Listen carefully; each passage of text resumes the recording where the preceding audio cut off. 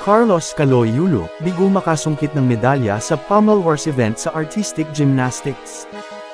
Hindi nga po naging maganda ang naging resulta ng pommel horse event ni Carlos Yulo sa Paris Olympics 2024 dahil sa hindi inaasahang pangyayari sa dulong bahagi ng kanyang routine. Maganda ang naging simula ni Carlos Yulo sa pommel horse, makikita natin kung gaano siya ka-compose sa kanyang mga ikikilos sa apparatus na ito. Ngunit sa huling parte ng kanyang routine ay may isang pangyayari na nagbabago sa resulta ng kanyang performance.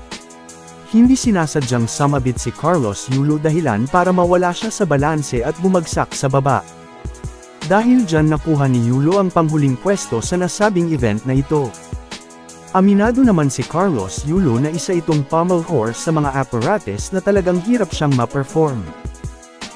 Gayunpaman, marami pa ring mga Pilipino ang tadong sumusuporta kay Carlos Yulo.